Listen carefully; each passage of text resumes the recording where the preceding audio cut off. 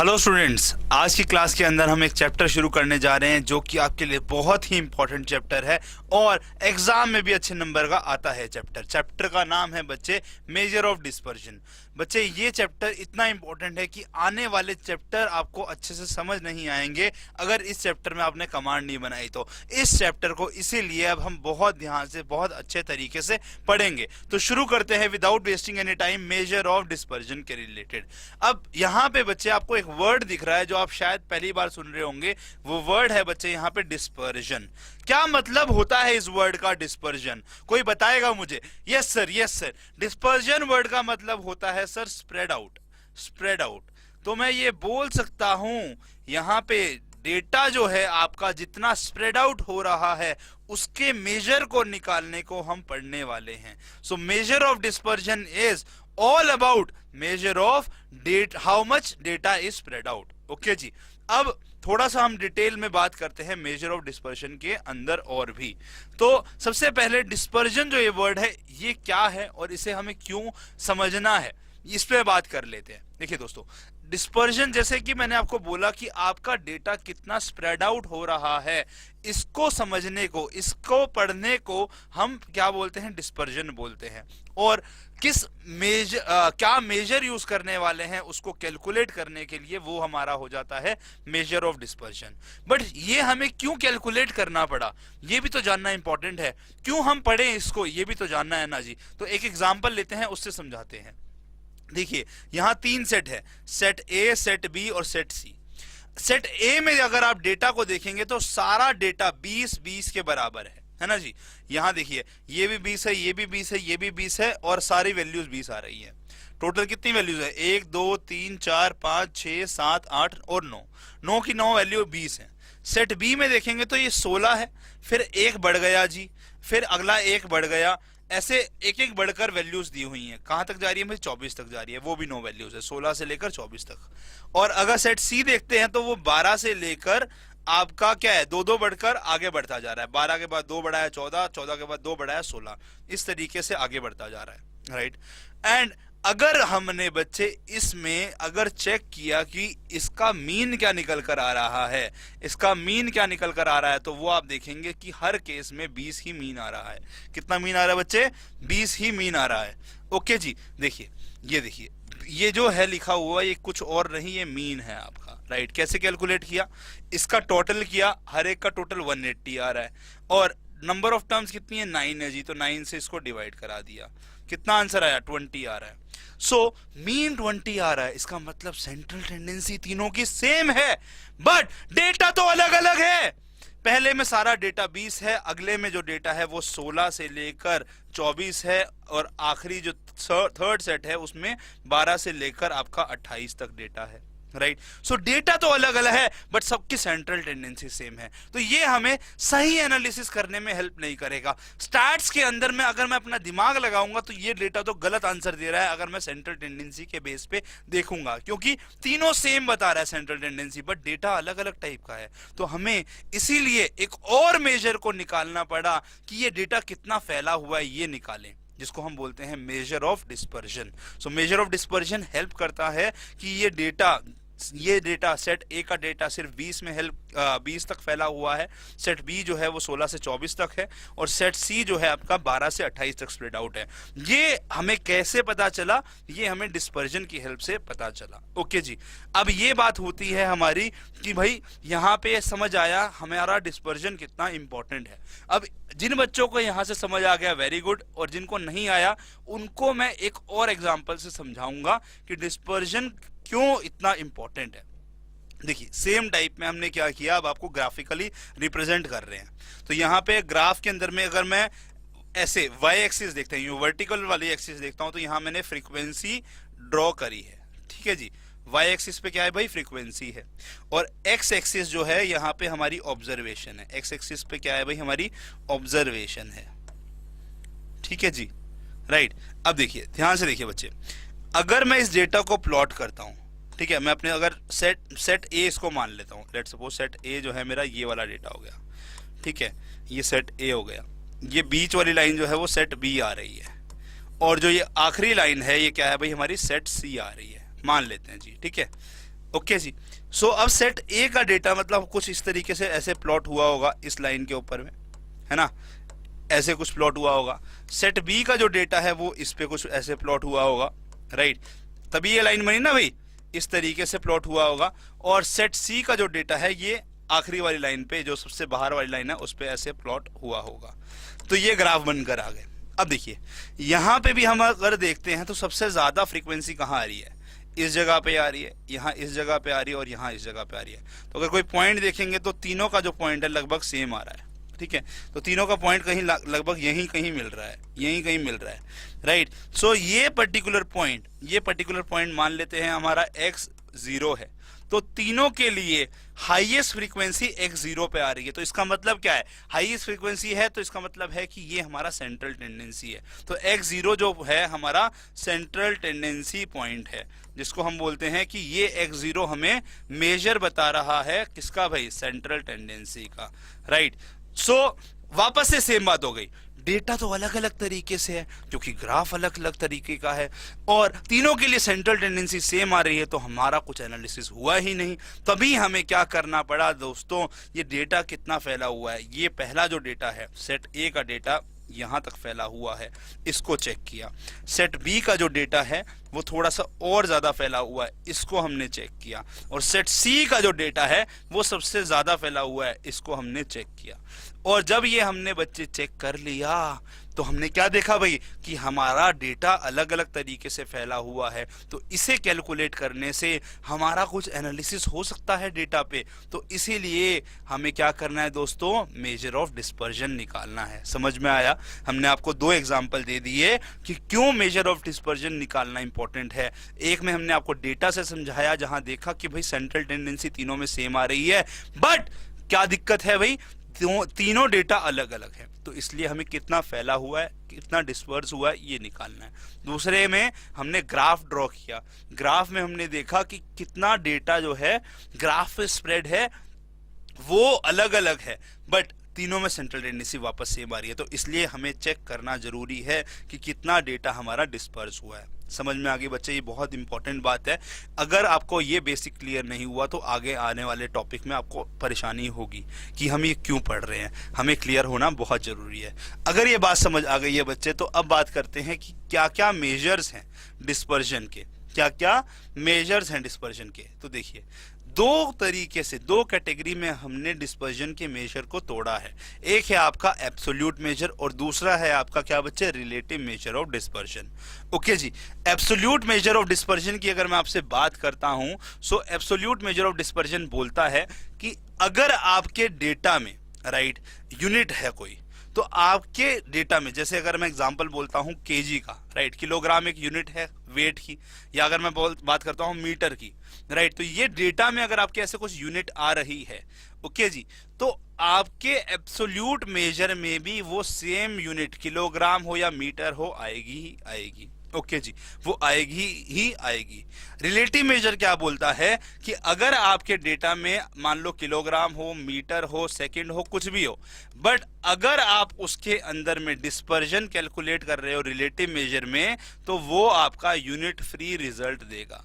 तो यूनिट नहीं आएगा, सिर्फ आपका क्या आएगा बच्चे, नंबर आएगा, एक नंबर आएगा, कोई उसके आगे यूनिट नहीं लगी होगी। तो जैसे अगर मैं यहाँ पे मेजर ऑफ डिस्पर्जन निकालूंगा एब्सोल्यूट मेजर से, और आपके पास में लेट सपोज 26 आया है और किलोग्राम में आपने कैलकुलेट किया था, तो किलोग्राम में ही आपका मेजर ऑफ डिस्पर्जन आएगा। बट अगर यहाँ पे देखेंगे तो सेम आंसर 26 ही लिखा जाएगा, राइट। तो ये थोड़ा सा डिफरेंस है, ये थोड़ा सा डिफरेंस है यहाँ पे पहला। अब ऐसा डिफरेंस क्यों क्रिएट किया गया, कह रहे देखो, अगर आपको डेटा को करना हुआ कंपेयर, डेटा को करना हुआ कंपेयर, तो किलोग्राम को क्या आप मीटर में कंपेयर कर सकते हो? नहीं कर सकते, नहीं कर सकते है ना भाई। क्या किलोग्राम का डेटा मीटर से कंपेरेबल है? मैं 5 मीटर दौड़ा और मैंने 2 किलो एप्पल खाया, क्या कोई रिलेशन है? नहीं है। बट अगर मैं बोलूंगा बच्चे आपको यहाँ पे कर यूनिट ही नहीं है कोई, तो कंपेयर हो पाएगा, है ना जी। अगर किलोग्राम और मीटर यूनिट नहीं होगी तो कंपेयर हो पाएगा, इसीलिए हमें रिलेटिव मेजर को पढ़ना पड़ता है। बट अगर बच्चे आपको जो है कंपेयर नहीं करना है, आपको बस सिंपल से आंसर चाहिए और सिंपल से समझ आ जाए कि क्या करना है, कैसे करना है, सिंपल सा फॉर्मूला हो, दिमाग में पजल ना हो, तो आप एब्सोल्यूट मेजर लेंगे। तो क्या बोला मैंने, एब्सोल्यूट मेजर वहां लेते हैं जहां हमें कंपैरिजन ना करना और बस जल्दी से आंसर निकालना हो, और रिलेटिव मेजर वहां लेते हैं जहां हमें कंपैरिजन करने की जरूरत पड़े। अब कौन कौन से मेजर्स होते हैं हमारे एब्सोल्यूट के और कौन कौन से होते हैं रिलेटिव के, ये देख लेते हैं। सबसे पहला एब्सोल्यूट मेजर जो हम पढ़ेंगे वो है बच्चे रेंज। क्या है बच्चे, रेंज है। और रेंज के पैरेलल में रिलेटिव मेजर बन जाता है आपका कोफिशिएंट ऑफ रेंज। क्या बन जाता है बच्चे, कोफिशिएंट ऑफ रेंज। मतलब रेंज के आगे मैं कोफिशिएंट ऑफ वर्ड लगा दूंगा तो वो रिलेटिव मेजर बन जाएगा। सिमिलरली सेकंड है आपका मीन डेविएशन, जो पढ़ना है यहाँ पे, वो यहां बन जाएगा coefficient of mean deviation. Standard deviation का थोड़ा सा नाम पूरा चेंज हो जाएगा, जिसको हम बोलेंगे कोफिशिएंट ऑफ वेरिएशन, और क्वार्टाइल डेविएशन बन जाएगा आपका कोफिशिएंट ऑफ क्वार्टाइल डेविएशन। सो ये थोड़ा सा रिलेटिव मेजर और एब्सोल्यूट मेजर के जो हमारे मेजर ऑफ डिस्पर्जन्स हैं वो हमने यहाँ कवर किए। अब इन सारों को हम डिटेल में पढ़ते हैं। शुरू करेंगे किसके साथ, रेंज के साथ, जो कि हमारा पहला है। हम पैरेलल में पढ़ेंगे, यहाँ रेंज, यहाँ कोफिशिएंट ऑफ रेंज, यहाँ मीन डेविएशन तो कोफिशिएंट ऑफ मीन डेविएशन, इस तरीके से। ओके जी, तो शुरू किसने करने वाले हैं भाई, हम रेंज से शुरू करने वाले हैं। किससे शुरू करने वाले हैं बच्चे, रेंज से। अब देखिए रेंज की डेफिनेशन क्या बन रही है, पढ़िए मेरे साथ साथ, मेरे साथ साथ पढ़िए। क्या बोल रहा है, कह रहा है the range of a set of a data is defined as the difference between the largest and the smallest value of the set. So अगर मैं बोलता हूं आपके पास डेटा है बहुत सारा, फॉर एग्जाम्पल हमने यहाँ पे डेटा लिया हुआ, देखिए 45, 72, 78, 90, 65, 20, 90, 65, 50 एंड 70। सो आपको क्या करना है, डिफरेंस निकालना है लार्जेस्ट वैल्यू का और स्मॉलेस्ट वैल्यू का। सो लार्जेस्ट वैल्यू देखिए कौन सी बन रही है यहाँ पे, सर 90 बन रही है। 90 से बड़ा कुछ है क्या, नहीं है जी, तो 90 आपकी लार्जेस्ट वैल्यू है। और स्मॉलेस्ट कौन सी है भाई, 20 है। इससे छोटा कुछ दिख रहा है, नहीं दिख रहा है ना भाई, है कि भाई 45 20 से छोटा नहीं है ना। सो 90 लार्जेस्ट है और 20 स्मॉलेस्ट है। तो अगर मैं इन दोनों का डिफरेंस निकालता हूं तो ये क्या बन जाएगा बच्चे, मेरा रेंज बन जाएगा। तो आंसर आ गया 70। तो रेंज कितनी है भाई इस पूरे डेटा की, ये है 70। ओके, अब इसी बात को हम फॉर्मूला में लिखते हैं। तो रेंज का फॉर्मूला बनता है L माइनस S, जहां L आपका है largest value of a data, largest value, मेरे साथ साथ लिखो बच्चे, लार्जेस्ट वैल्यू ऑफ डेटा, और S है आपका smallest value of data. Okay जी, बात समझ में आई, बहुत सिंपल सी बात है। क्या बोला हमने, लार्जेस्ट वैल्यू को L से रिप्रेजेंट करेंगे, स्मॉलेस्ट वैल्यू को S से रिप्रेजेंट करेंगे, और रेंज जो है दोनों का डिफरेंस है। ओके, बात समझ में आई बच्चे, राइट। ऑब्वियसली अब ये INR में था पूरा डेटा, राइट, INR में था, तो ये 70 जो है INR है, तो 70 INR है, तो इसको कैसे लिखेंगे हम, इसको हम लिखेंगे INR 70, मतलब इंडियन रुपीस 70। ये आपका आंसर है। यूनिट लगाना जरूरी है, यूनिट को मिस नहीं करना है हमें, बिकॉज रेंज है, ये रेंज हमारा एब्सोल्यूट मेजर है, और एब्सोल्यूट मेजर में क्या होता है, हम यूनिट को लेकर चलते हैं जी। समझ में आई बात, आगे अब अगर ये बात समझ आ गई तो चलिए, अब हमने पढ़ा इंडिविजुअल ऑब्जर्वेशन के लिए, है ना भाई। अब अगर मैं बात करता हूं ग्रुप फ्रीक्वेंसी डिस्ट्रीब्यूशन के लिए, तो कैसे करेंगे। फॉर एग्जांपल ये आपको डेटा दे रखा, देखिए यहाँ पे क्लासेस है ना, ग्रुप फ्रीक्वेंसी डिस्ट्रीब्यूशन में क्लास है होती है ना। तो यहाँ देखिए 3 से 5 की एक क्लास है, 6 से 8 की एक क्लास है, 9 से 11 की एक क्लास है, और 12 से 14 की एक क्लास है।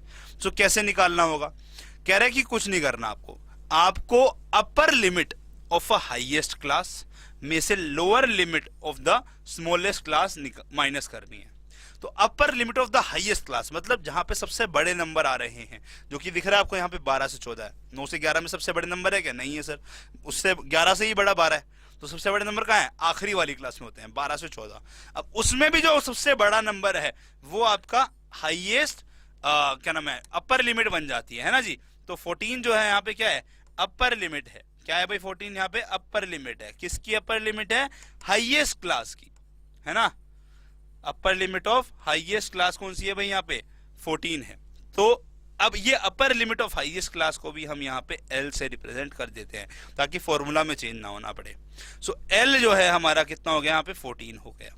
ओके जी, जो कि है हमारा अपर लिमिट ऑफ हाईएस्ट क्लास। अब इसमें से सब्ट्रैक्ट करना है lower limit of lowest class, तो मतलब स्मॉलेस्ट क्लास, तो 3 से 5 से छोटी कोई क्लास नहीं है, 6 से 8 जो है 3 से 5 से बड़ी है ना, तो मैं बोल सकता हूं ये हमारी लोएस्ट क्लास है। और इसकी लोअर लिमिट कौन सी है भाई, हमारी 3 है ना, सबसे छोटी वैल्यू जो होगी, तो 3 क्या हो गया यहाँ पे हमारा, ये हो गया lower limit of smallest class, जिसको हम एस से रिप्रेजेंट करेंगे, तो वो क्या है भाई हमारा 3 आ गया। सो आपका रेंज क्या बन जाएगा, रेंज बन जाएगा sir L minus S. L क्या है, upper limit of highest class, S क्या है, lower limit of smallest class. So यहाँ पे इस क्वेश्चन में आंसर क्या आएगा रेंज का, सर 14 में से एल है 14 और एस है 3, तो माइनस करेंगे, आंसर आएगा 11। ये हमारा रेंज बन गया। समझ में आया बच्चे, बहुत आसान है। अगर समझ में आया तो अब आगे बढ़ते हैं। ये हुई बात हमारी रेंज की। अब इसी के पैरेलल हमने आपको बोला था एक बात और बताएंगे, जिसको बोलेंगे हम coefficient of range. Coefficient of range क्या बोल रहा है, कोफिशिएंट ऑफ रेंज बोल रहा है कि द रेंज जो है वो एब्सोल्यूट मेजर है। अब एब्सोल्यूट मेजर होने की वजह से हमें इसको यूनिट में एक्सप्रेस करना पड़ता है, और इसी वजह से इसमें कोई कंपैरिजन नहीं हो सकता है। तो हमें क्या करना होगा, यूनिट को गायब करना होगा। तो कह रहे एकदम सिंपल सा फॉर्मूला बताते हैं, उसका यूज करो, आपका आंसर आ जाएगा। आपको कुछ नहीं करना कोफिशिएंट ऑफ रेंज में, आपको क्या करना है, जो आपने रेंज निकाली है ना, उसको डिवाइड कराना है sum of the largest and the lowest value, right. जो सबसे बड़ी वैल्यू आई है और जो सबसे छोटी वैल्यू आई है उसके सम से हमें ऐड करके डिवाइड कराना है रेंज को। तो रेंज हमारी क्या बनी थी बच्चे, L माइनस एस थी, लार्जेस्ट माइनस स्मॉलेस्ट। तो यहाँ क्या कह रहा है, sum of largest and lowest, तो लार्जेस्ट L हो जाएगी, लोएस्ट या स्मॉलेस्ट एक ही बात है, वो S हो जाएगी, इसका सम। तो हमारा कोफिशिएंट ऑफ रेंज का एक सिंपल सा फॉर्मूला बनता है, जो कि है हमारा L minus S divide by में L प्लस एस। ओके जी, ये वापस से यहाँ पे बात देखिए क्या कह रहा है, कह रहा है रिलेटिव मेजर वो मेजर है जहां पे इंडिपेंडेंस हो यूनिट की। देखिए अब ऊपर में एक यूनिट आएगी, नीचे में एक यूनिट आएगी, यूनिट से यूनिट कट जाएगी, आपको एक नंबर देके जाएगा। नीचे क्वेश्चन से बात जल्दी समझ आएगी। देखिए क्या हुआ यहाँ पे आपको दिख रहा है INR में कैलकुलेट करना है, तो लार्जेस्ट वैल्यू हमने पहले निकाल ही ली है, इसमें क्या थी 90 थी जी, और स्मॉलेस्ट वैल्यू भी हमने निकाल ली थी, क्या थी भाई 20 थी। अब coefficient of range, coefficient of range जो है वो क्या फॉर्मूला दे रहा है, L माइनस एस बाय में L प्लस एस, ये दे रहा है। तो मतलब 90 माइनस 20 डिवाइड बाय 90 प्लस 20 हो जाएगा, जो कि हो गया आपका 70 बाय 110। ये INR में है, ऊपर में भी रुपी है INR है और नीचे में भी INR है। तो अब देखिए यूनिट में क्या होता है, ये INR ऊपर है INR नीचे है, तो INR से INR कट जाएगा, ठीक है, ऐसे कट सकता है। ओके जी, यहाँ 0 से 0 कट जाएगा, आपका आंसर आ जाएगा 7/11। ओके, अब 7/11 को ऐसे छोड़ना चाहिए, ऐसे छोड़िए, बट अगर आपके एग्जाम में डेसिमल में दिया है तो इसको डेसिमल में लिख लीजिए, जो कि आता है आपका 0.6363, ऐसे कंटिन्यू रहेगा, ठीक है ना। समझ में आया बच्चे। सो ये आपका आंसर निकालने का तरीका। अब देखिए ऐसे यूनिट कट जाता है तो ये यूनिट फ्री रिजल्ट देगा। अब ये हुआ हमारा इंडिविजुअल ऑब्जर्वेशन के लिए, बट अगर आपको दिया हुआ हो ग्रुप्ड फ्रीक्वेंसी में तो कैसे करेंगे, सेम सा क्वेश्चन है ये भी। देखिए यहाँ पे हमने निकाला था, सेम फॉर्मूला लगेगा रेंज का। क्या लगेगा भाई, यहाँ पे पहले L माइनस एस निकालेंगे, है ना, फिर उसके बाद क्या करेंगे, उसको सम से डिवाइड कराएंगे ऑफ L एंड S, तो मतलब L प्लस एस से डिवाइड कराएंगे। ये क्या बनेगा आपका दोस्तों, कोफिशिएंट ऑफ रेंज बन जाएगा। ऐसे ही किया था। L की वैल्यू क्या आई थी सर, ये हाईएस्ट वाली जो वैल्यू है, ये हमारा L आ गया। S क्या आया था सर, ये 3 आया, है ना, यही आया था भाई। सो अब करिए, तो क्या हो गया भाई, 14 माइनस 3 डिवाइडेड बाय 14 प्लस 3, कितना हुआ भाई 11/17, आंसर आ गया, है ना जी। अब अगर मुझे इसको भी आपका कैलकुलेट करके लिखना है डेसिमल में, तो वो भी लिख देते हैं, कितना आएगा 0.64705 या 6, है ना, ये आपका आंसर आ गया। ये इस तरीके से बच्चे आपको रिजल्ट निकालना है, और रिजल्ट निकालकर आपको ऐसे रिप्रेजेंट करना है। समझ में आ गया बच्चे, ओके जी, ठीक है। अब ये तो सिंपल सी है, ऑप्शंस आएंगे तो बहुत जल्दी हम सॉल्व कर लेंगे इसको। अब अगर मैं आगे बढ़ता हूं तो हम बात करेंगे प्रॉपर्टीज ऑफ रेंज की। रेंज की जो है वो प्रॉपर्टीज क्या है, क्या इफेक्ट करता है रेंज को, ये भी तो देखना है ना। तो देखते हैं, एक सिंपल सी प्रॉपर्टी है, कह रहा है कि अगर मान लो आपका एक ऑब्जर्वेशन x जो है वो y ऑब्जर्वेशन से इस पर्टिकुलर इक्वेशन से रिलेटेड है। क्या इक्वेशन है? y जो है वो a प्लस बी एक्स है, मतलब हमने x को b से किया है स्केल, और ओरिजिन चेंज जो किया है वो किया है हमने a से, है ना। जो भी ऐड होता है, ये हमने पढ़ा हुआ है, वो क्या कहलाता है? Origin change. और जो भी मल्टीप्लाई होता है तो वो कहलाता है स्केलिंग फैक्टर, है ना। ये नाम है बस, मतलब क्या है, स्केलिंग फैक्टर कहीं लिखा हुआ मिल जाए तो मतलब आपने मल्टीप्लाई कराया है, और ओरिजिन चेंज लिखा हुआ मिल जाए तो आपने उसको ऐड कराया है या सब्ट्रैक्ट कराया है। ओके जी, नेगेटिव साइड में अगर ओरिजिन चेंज हुआ तो सब्ट्रैक्ट है, पॉजिटिव साइड में चेंज हुआ तो वो क्या है भाई? ऐड है। और अगर वो मल्टीप्लाई हो रहा है, बढ़ रही है वैल्यू, तो क्या हुआ भाई? स्केलिंग मल्टीप्लाई में है। और अगर आपकी वो घट रही है वैल्यू तो स्केलिंग जो है वो डिवाइड में आएगी। बस सिंपल सा फैक्टर है, ठीक है सर। अगर ये समझ आ गया तो कह रहा है कि ये जो पार्ट है यहाँ पे रेंज में कैसे रिलेटेड है। मान लो x की जो रेंज है वो rx है, x की रेंज क्या है भाई? rx है। तो रेंज y जो है वो a पे डिपेंडेंट नहीं है बट b के मैग्नीट्यूड पे डिपेंडेंट है। तो ये लिखने का मतलब जो है, अगर मैंने इसको ऐसे रिप्रेजेंट कर दिया तो हमें सिर्फ मैग्नीट्यूड लेना है, मैग्नीट्यूड लेना है। मैग्नीट्यूड मतलब कि हमें क्या करना है बच्चे? साइन को इग्नोर करना है। साइन जो आएगा प्लस माइनस का उसको इग्नोर करना है, प्लस माइनस के साइन को इग्नोर करना है। समझ में आया?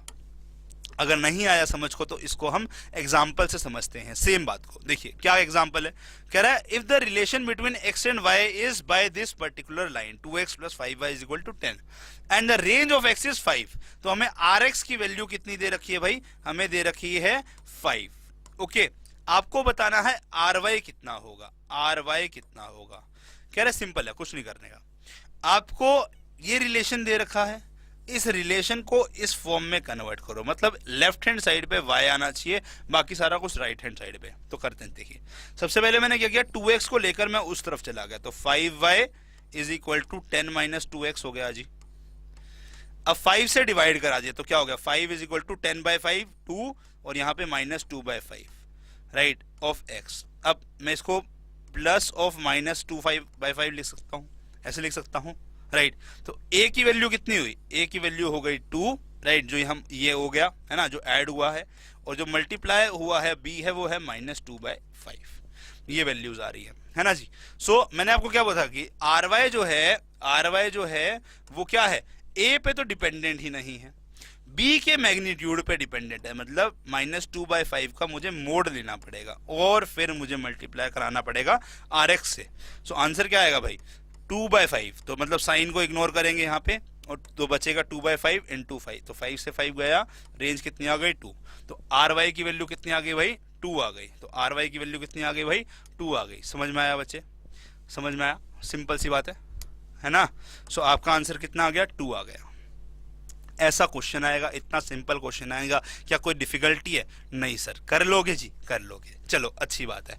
अब हम आगे बात करते हैं कि क्या मेरिट्स है और क्या डीमेरिट्स हैं आपकी रेंज की। सबसे पहली चीज, आपने इतना कोई आसान फॉर्मूला देखा है अभी स्टैटिस्टिक्स में जितना आसान रेंज का है? नहीं देखा है सर। तो रेंज जो है वो सबसे सिंपल है समझने में और आसान है कैलकुलेट करने में। It is simple to understand and easy to calculate.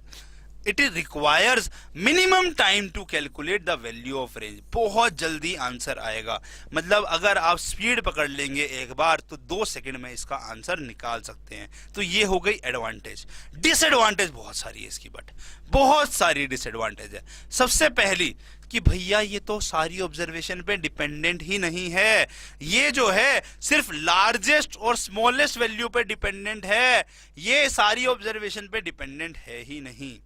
दूसरा कह रहा है कि अगर इसी बात को रिलेट करेंगे, अगर हमारी लार्जेस्ट और स्मॉलेस्ट वैल्यू सेम है, देखिए 20 और 8 यहाँ है और दूसरे वाले में 8 और 20 है, तो वापस से ये एक बहुत बड़ी डीमेरिट है। रेंज देखिए दोनों में सेम आएगी, range is same for both data, क्यों? क्योंकि एक्सट्रीम वैल्यूज, एक्सट्रीम मतलब एंड की जो वैल्यूज होती हैं उसको एक्सट्रीम वैल्यूज बोलते हैं, 8 और 20 हैं, वो सेम होने के कारण हमारी रेंज सेम आएगी। तो जो एनालिसिस हम करना चाहते थे वो गलत हो जाएगी, क्योंकि बीच का डेटा तो है अलग और ये हम पता नहीं करा पाएंगे कि भैया ये डिस्पर्जन तो अलग तरीके से हो रही है। समझ में आया बच्चे? ओके, कह रहे it is very much affected by the sampling fluctuation. मतलब अगर मेरे एंड के जो सैंपल्स हैं ये 8 की जगह अगर 6 हो जाता और ये आखिरी की वैल्यू 20 की जगह 21 हो जाती तो मेरा आंसर पूरा चेंज है। तो फ्लक्चुएशन हल्की सी भी सैंपलिंग में एक्सट्रीम वैल्यूज की हो गई तो हमारा आंसर गलत आ जाएगा।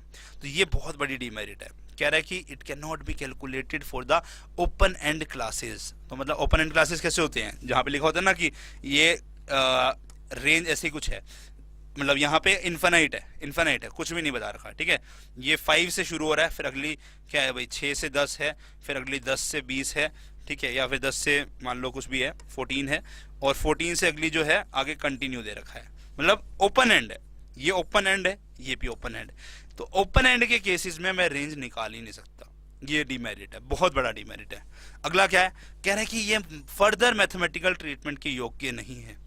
एक रेंज से मैं दूसरी रेंज का कोई रिलेशन नहीं है, राइट। तो एक डेटा अगर मेरे को ये दे रखा है और दूसरा डेटा ये दे रखा है, तो इस डेटा और इस डेटा में चाहे कितना ही डिफरेंस हो, कितनी ही सिमिलैरिटी हो, बट रेंज जो है इसकी इंडिपेंडेंट है, राइट। सो अगर यहाँ पे वैल्यूज इसके अंदर में 24 होती, 20 होती, तो रेंज अलग थी इसकी। तो एक वैल्यू से सारी रेंज बिगड़ रही है, तो मतलब रेंज का मैं दूसरी रेंज निकालने के लिए कोई यूज नहीं कर सकता। तो ये भी डिमेरिट है।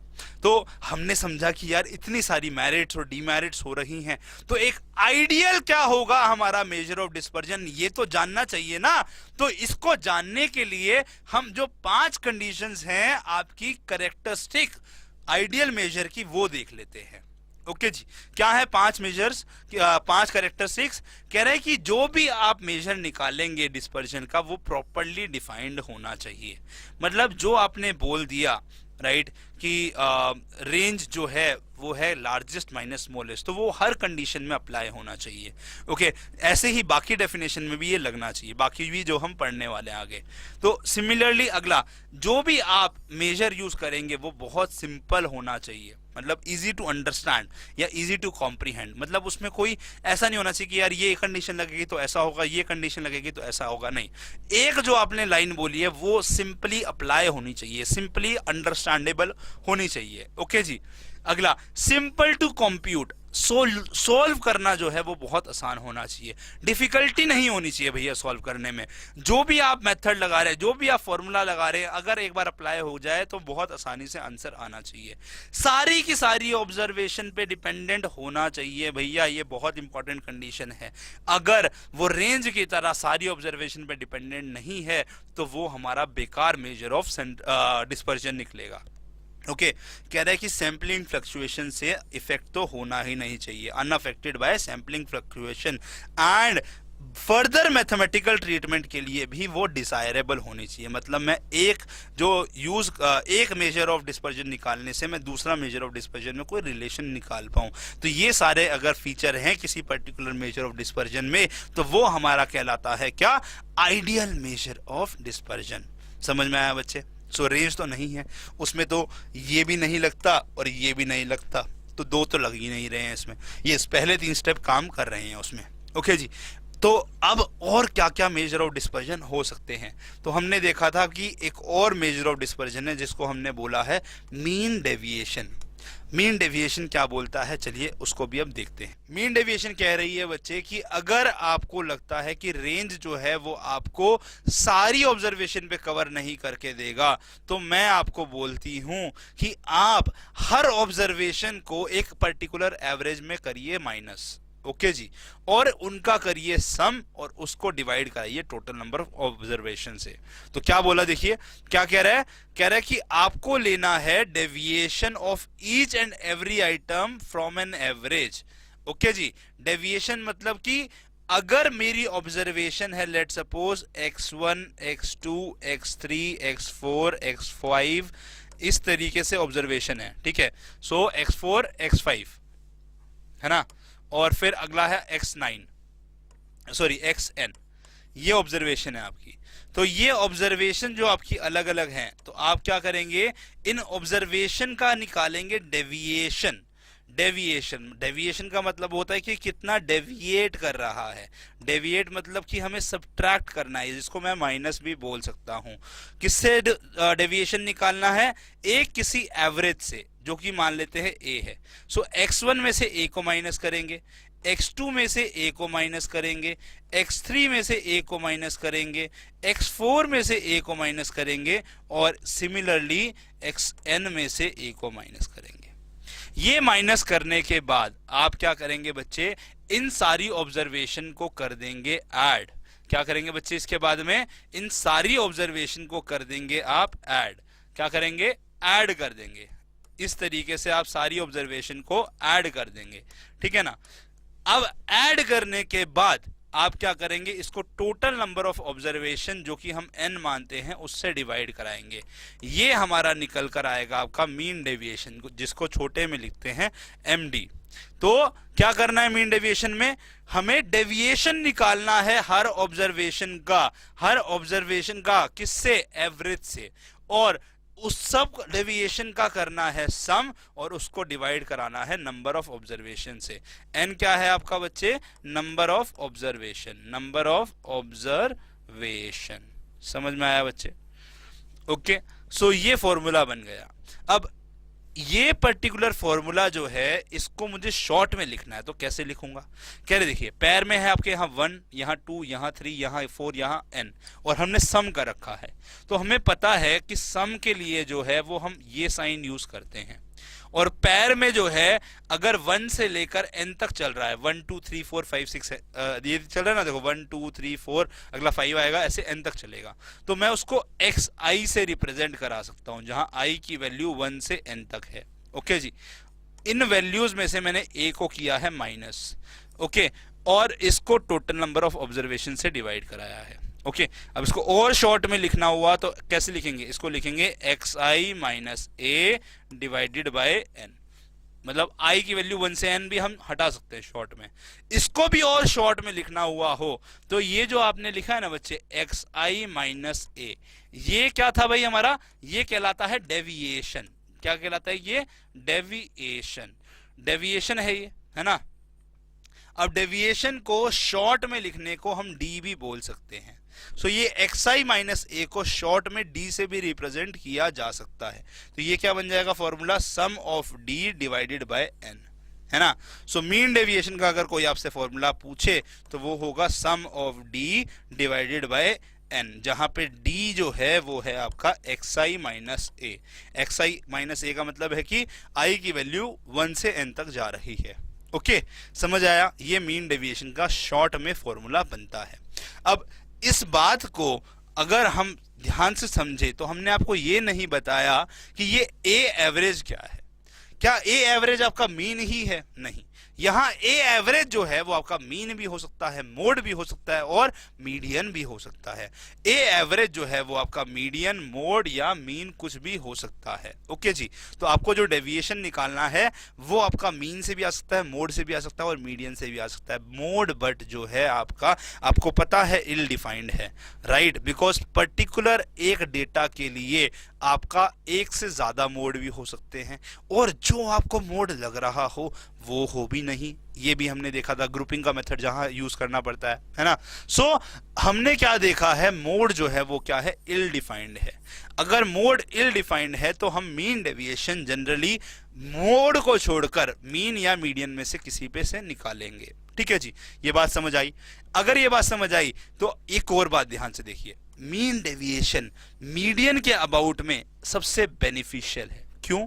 क्योंकि जो ये डेविएशन है ना, जो हमने डेविएशन का सम निकाला है, जो कि था सम ऑफ डी, जिसको हमने सम ऑफ xi माइनस a लिखा है, तो ये a अगर मेरा मीडियन हो गया तो इस सम की वैल्यू सबसे कम है। इस सम इज स्मॉलेस्ट, तो मतलब हमारा डेविएशन जो है मीडियन से सबसे कम होता है। तो इसलिए इसलिए हमारा ये बेनिफिशियल है। ओके सॉरी, एक चीज की गलती हो गई यहाँ पे, हमें यहाँ पे भी ना, जैसे रेंज में हमने क्या किया था, मोड लिया था ना बी का, वैसे ही यहाँ पे मोड लेना होगा। मतलब आप जो भी वैल्यूज लेंगे हर एक के अंदर में हमें साइन को इग्नोर कराना है। यहाँ हर एक के अंदर में जो भी वैल्यूज लेंगे उसमें से साइन को इग्नोर करके चलेंगे।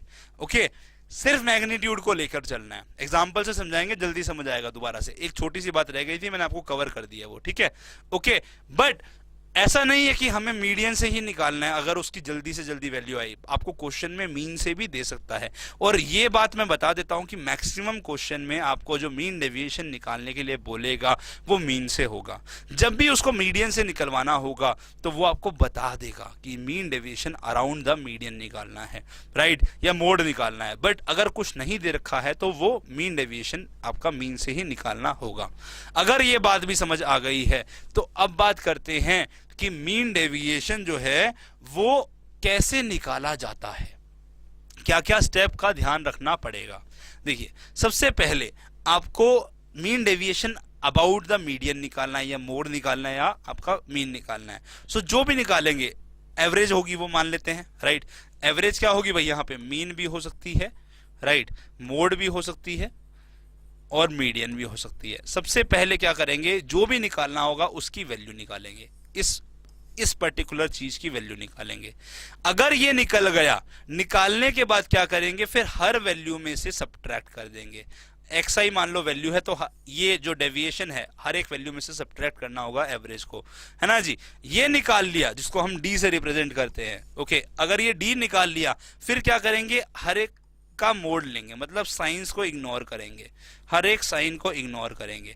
जब साइन को भी इग्नोर कर लिया तो क्या करेंगे, हम इसका सम कर देंगे, और जब सम कर लिया तो फिर इसको टोटल नंबर ऑफ ऑब्जर्वेशन से डिवाइड कराएंगे। हमारा मीन डेविएशन निकल कर आ गया। अब आपको लग रहा होगा सर इसमें तो बहुत सारे स्टेप्स हैं, ऐसा तो नहीं कर पाएंगे हम। बच्चे, एक क्वेश्चन करके देखेंगे, आप बोलेंगे अच्छा ये तो बहुत आसान है, स्टेप्स ज्यादा हैं बट स्टेप्स छोटे छोटे से हैं, तो इसलिए इसमें ज्यादा टाइम नहीं लगेगा। तो देखिए, एक क्वेश्चन दिया है, इसको देखिए ध्यान से। आपको बोला है कि मीन डेविएशन निकालना है इस फॉलोइंग नंबर्स का। अगर आपको ये दिया है, यहाँ पे बताया नहीं है कि मीन डेविएशन मीन के अराउंड निकालना है, मोड के अराउंड निकालना है, या मीडियन के अराउंड निकालना है, नहीं बताया ना, तो आप मीन के अराउंड मान के चलिए। ओके, राइट, सबसे फास्ट निकल कर आएगा। सो मीन के अराउंड निकालने के लिए क्या करना होगा, पहले मीन निकालना होगा। तो मीन कैसे निकालेंगे, सारी ऑब्जर्वेशन का सम, है ना, और फिर क्या कराएंगे, नंबर ऑफ ऑब्जर्वेशन से डिवाइड 16, राइट। तो 1 2 3 4 5 6, तो 6 से डिवाइड कितना होगा भाई, 15 + 18 33, 33 + 20 53, 53 62 74 और आपका 90। तो 90 डिवाइड बाय 6 आ गया। तो कितना आ गया भाई, 5 आ गया, 5 आ गया, सॉरी 15 आ गई वैल्यू आपकी, 15 आ गई। अगर आपका एवरेज मीन जो है ये आया है कितना, 15। अब क्या करेंगे, हर एक ऑब्जर्वेशन में से a को माइनस करना है। तो ऑब्जर्वेशन क्या है अपनी, 15 है, 18 है, 20 है, 9 है, 12 है और 16 है ना। अब xi में से माइनस करेंगे a को, a क्या है अपना यहाँ पे 15 है, करिए भाई माइनस करिए, चलिए फटाफट से। तो 15 में से 15 गया 0 आ गया, 18 में से 15 गया 3 आ गया, 20 में से 15 गया 5 आ गया, 9 में से 15 गया कितना आया, -6 आ गया, 12 में से 15 गया -3 आ गया, और ये आपका आ गया 1, है ना। अब क्या करेंगे, साइंस को इग्नोर करना है, तो मतलब इसका मोड लेना है। तो मोड करें भाई xi -15 का, क्या आएगा भाई, ये आ गया 0, ये 3, ये 5, ये 6, माइनस का 6 का 6 बन जाएगा, -3 का 3 बन जाएगा, और ये 1 आ जाएगा, ये आ गया। अब क्या करेंगे, इन सब का सम कर लेंगे। चलिए भाई सम किया जाए, सम कर लें। अब इसका सम करिए फटाफट से। 3 + 5 8, 8 और 6 14, 14 और 3 17 और 1 18, तो 18 वैल्यू आ गई। तो सम ऑफ डी कितना आया भाई, सम ऑफ डी मतलब ये आया ना हमारा डी, है ना। तो सम ऑफ डी इज दिस, तो सम ऑफ डी इज 18। तो इसको क्या करेंगे, नंबर ऑफ ऑब्जर्वेशन से डिवाइड, कितनी आई थी भाई, 6 थी ना, 6 थी ना। देखिए 1 2 3 4 5 6 है ना। तो इससे डिवाइड कराया और मीन डेविएशन आ गया, कितना आया भाई, ये आया 3। क्या मुश्किल है, नहीं है, आसान है, यस सर बहुत आसान है। टाइम तब नहीं लगेगा जब आप कैलकुलेशन फास्ट यूज करेंगे, और अगर बड़ी कैलकुलेशन होगी तो आप कैलकुलेटर का यूज करेंगे, आपका आंसर फटाफट आ जाएगा। ओके जी, अगर ये बात आ गई है समझ, ठीक है, तो अब हम देखते हैं एक और क्वेश्चन जहां पे वैल्यूज हैं हमने ली हैं ज्यादा, और हम और स्टेप को थोड़ा सा फास्ट कैसे कर सकते हैं इसको लेकर चलेंगे। यहां आपको मीन डेविएशन निकालना है अबाउट द मीडियन, मीडियन के अबाउट निकालना है। तो देखिए क्या करेंगे, आपको मीन डेविएशन निकालना है अबाउट द मीडियन। तो देखिए सबसे पहले क्या करेंगे, सारी ऑब्जर्वेशन को लिख लीजिए। XI है 56, सॉरी सारी ऑब्जर्वेशन को असेंडिंग ऑर्डर में लिख लीजिए। क्यों लिखेंगे असेंडिंग ऑर्डर में, क्योंकि हमें मीडियन निकालना है, और मीडियन होता है क्या, सेंटर वाली वैल्यू के बराबर है ना। सो क्या होगा, सबसे छोटी वैल्यू कौन सी है सर, छोटी वैल्यू है सर 26। कौन सी है भाई, 26 है। फिर कौन सी है, 29 है। फिर कौन सी है, 29 है। 29 के बाद कौन सी आ रही है सर, 39 आ रही है। 39 आ रही है भाई। 39 के बाद कौन सी आ रही है सर, 46 आ रही है। फिर कौन सी आ रही है, 56 आ रही है। 56 आ रही है। 56 के बाद कौन सी आ रही है भाई, 65 आ रही है। 65 है। फिर कौन सी है, 72 है। फिर 79 है। फिर 85 है, और आखिरी में आपकी 99 है। ये सारी ऑब्जर्वेशन हो गई। देखिए 72 लिख दिया, 79 लिख दिया, 85 और 99 लिख दिया। कितनी ऑब्जर्वेशन है देखिए सर, 1 2 3 4 5 6 7 8 9 10 ऑब्जर्वेशन है। सो आपका मीडियन क्या होगा, सेंटर वाली दो वैल्यू का सम होगा, क्योंकि इवन है। अगर इवन नंबर टर्म होती हैं तो मीडियन क्या होता है, मीडियन होता है सेंटर वाली जो दो टर्म होंगी, x1 और x2 मान लेंगे उसको, उसका सम डिवाइड बाय 2 है ना। तो सेंटर वाली दो कौन सी है, देखिए 10 है, 10 में से 4 ऊपर छोड़ी, 4 नीचे छोड़ी, तो ये दो बची। तो सम करना होगा में 56 प्लस 65 डिवाइड बाय 2, तो ये हुआ हमारा मीडियन। कितना हुआ भैया, यहीं पे कर लो, यहीं कर लो इसको, वहां करना चाहो वहां, यहां करना चाहो यहां, तो कितना है 121/2 आ गया। ये आ गया आपका 60.5। आपको चाहिए इसकी वैल्यू, तो XI में से एवरेज जो है हमारी यहाँ पे क्या है 60.5, इसको करना है माइनस, इसको करना है माइनस। तो माइनस करो, फटाफट कैलकुलेटर उठाओ, क्योंकि अगर कहीं कंफ्यूजन हो बच्चे, कहीं कंफ्यूजन हो तो कैलकुलेटर से फटाफट आंसर निकालना है। तो 26 में से किया 60.5 को माइनस, कितना आया माइनस 34.5 आ गया। फिर कितना आएगा, 29 में से किया 60.5 को माइनस, तो कितना आया माइनस 31.5 आएगा। अब देखिए ये 10 बड़ा हुआ है, तो कितना आएगा यहाँ पे माइनस 21.5 आ जाएगा, है ना। अब ये क्या हुआ, देखिए ये 7 बड़ा हुआ है, तो यहाँ पे माइनस 14.5 आ जाएगा। अगला क्या आएगा, देखिए 56 है, तो ये माइनस 4.5 आएगा। फिर यहाँ 4.5 आएगा, है ना। इसी तरीके से बढ़ता रहेगा। अगला कितना आएगा, 11.5 आएगा। अगला कितना आएगा, जल्दी बताइए, 18.5 आएगा, राइट। 85 में से निकालेंगे तो कितना आएगा 24.5 आएगा, और 99 में से करेंगे तो माइनस कितना आएगा 38.5 आएगा। ये आपकी वैल्यूज आ गई है ना। अब क्या करेंगे, इसका मोड लेंगे, इसका मोड करें, चलिए मोड करेंगे तो क्या आएगा, आपके साइंस इग्नोर हो जाएंगे, है ना। 34.5 XI माइनस 60.5 का हमने मोड किया, यहाँ आया 31.5, फिर 21.5, फिर 14.5, फिर 4.5, फिर 4.5, 11.5, 18.5, 24.5 और आखिरी में 38.5। अब इसको अगर आपकी कैलकुलेशन फास्ट है तो फास्ट करिए, वरना कैलकुलेटर से फटाफट से सम निकालिए, है ना। 21.5 ऐड किया, 14.5 ऐड किया, 4.5 ऐड किया, 4.5 ऐड किया, 11.5 ऐड किया, ठीक है, और फिर 18.5 ऐड किया, फिर 24.5 ऐड किया और 38.5 ऐड किया। आंसर आया 204। कितना आया 204। अभी 204 क्या हो गया, 204 हो गया सर हमारा सम किसका, XI माइनस 60.5, जो कि क्या है आपका, इसका मोड है ना। तो ये हो गया सम ऑफ मोड डी, है ना, राइट। ये निकल गया। अब क्या करना होगा आपको, इसको नंबर ऑफ ऑब्जर्वेशन से डिवाइड कराना है। कितनी है भाई 10 है, तो ये क्या हो गया 10 है, तो ये कितना निकल कर आ गया, ये आंसर आ गया आपका 20.4। तो 20.4 क्या हो गया बच्चे, मीन डेविएशन। तो मीन डेविएशन कितना निकल कर आ गया बच्चे 20.4। इस तरीके से सिर्फ और सिर्फ कहाँ टाइम वेस्ट होगा? हमारा कैलकुलेशन में। तो आपको जितनी कैलकुलेशन फास्ट कर पाओ उतनी कैलकुलेशन को फास्ट करो, क्योंकि अगर आप कैलकुलेशन को फास्ट करोगे तो आंसर निकालोगे जल्दी, आंसर निकालोगे जल्दी तो जल्दी टाइम मिलेगा और क्वेश्चन को सॉल्व फटाफट कर पाओगे। ओके जी, तो कैलकुलेशन पे कमांड बनानी है स्टार्ट्स में, फॉर्मूला सिंपल है, स्टेप सिंपल है, आप इजीली कर लेंगे। अब आगे नहीं बढ़ रहे हैं इस क्लास में, मैं चाहूंगा जो पढ़ाया है उसकी करें आप प्रैक्टिस। नेक्स्ट क्लास में मिलेंगे और समझेंगे हम डिस्क्रीट सीरीज के अंदर में अगर आ गया और कॉन्टिन्यूअस सीरीज में आ गया तो मीन डेविएशन कैसे निकालते हैं, फिर हम कोफिशिएंट ऑफ मीन डेविएशन को देखेंगे, फिर आगे बढ़ेंगे। तब तक के लिए आप क्या करेंगे बच्चे, you keep practising, take care, bye bye, अलविदा, मिलेंगे नेक्स्ट क्लास में।